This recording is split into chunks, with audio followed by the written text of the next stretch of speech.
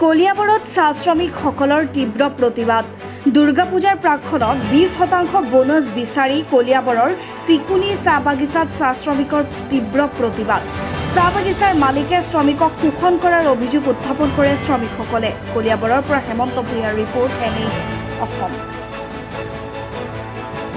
আমাৰ কি হ'ল চিকনি বাগানত যেতিয়া বনাছ আহে বা কোনো এটা আমাৰ ফেচিলিটি বিচাৰিবলৈ গ'লে আমাক তেনেকুৱা হয় যে মানে অন্য কথা নহয়, আমাৰ চাহপাতৰে বেয়া হয়। আৰু চাহপাত কেনেকুৱা বেয়া হয় আমিতো নাজানো। আমি কামলা হয়, আমি কাম কৰোঁ, কাম কৰাৰ সময়ত আমি পাঁচ ছিঙি দিওঁ।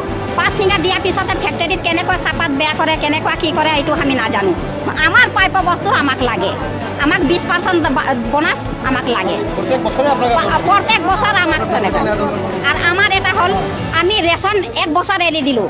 1 বছৰ এৰাৰ পিছতে আকৌ আমি ৰাইজক বুজাই মেলাই আমি ভাবিলোঁ যে দুজনৰো ৰেচন দিলে আমি মানিম।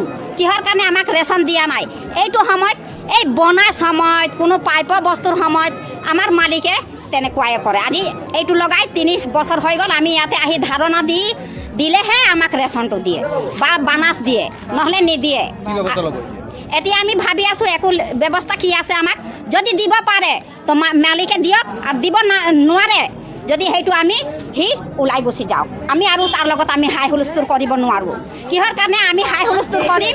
আৰু সি যদি নোৱাৰে তো আমাৰ বানাছটো 20% দি যাব পাৰে।